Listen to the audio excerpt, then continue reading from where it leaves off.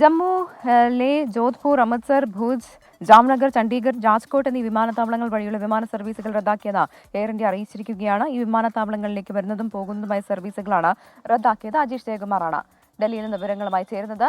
അജീഷ്, ഏത് സാഹചര്യത്തിലാണ് ഈ ഫ്ലൈറ്റുകൾ ക്യാൻസലാക്കിയത്?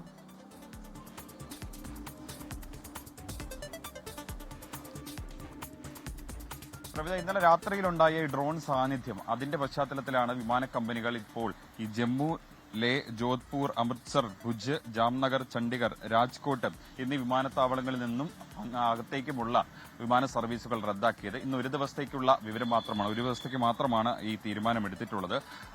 വിമാന ടിക്കറ്റ് ബുക്ക് ചെയ്തിട്ടുള്ളവർ അവർ ഈ മൊബൈലിൽ അവരുടെ സ്റ്റാറ്റസ് നോക്കണമെന്ന് അറിയിച്ചിട്ടുണ്ട്. എയർ ഇന്ത്യ കൂടാതെ ഇൻഡിഗോ വിമാന കമ്പനിയും ഇത്തരത്തിൽ ഇന്ന് ഇത്രയും വിമാനത്താവളത്തിൽ നിന്നുള്ള സർവീസുകൾ നിർത്തലാക്കിയിട്ടുണ്ട്. കഴിഞ്ഞ ഈ പഹൽഗാം ആക്രമണത്തിന് പിന്നാലെ ഈ ഓപ്പറേഷൻ സിന്ദൂർ നടത്തിയതിനു ശേഷം പാക് പ്രകോപനം ഉണ്ടായതിന് പിന്നാലെയാണ് ഈ അതിർത്തി സംസ്ഥാനങ്ങളിലെ 32 വിമാനത്താവളങ്ങൾ നേരത്തെ സർക്കാർ അടച്ചത്. ഈ അടച്ചതിന് പിന്നാലെ ഈ സമാധാനം എത്തിയതോടെ വീണ്ടും അത് തുറക്കുകയായിരുന്നു. എന്തായാലും ഇന്നലെ വീണ്ടും ഡ്രോൺ സാന്നിധ്യം കണ്ടതോടെയാണ് ഒരു മുൻകരുതൽ എന്ന നിലയിൽ വിമാനത്താവളങ്ങളെല്ലാം താൽക്കാലികമായി സർവീസ് നിർത്തിയത് വിമാന കമ്പനികൾ.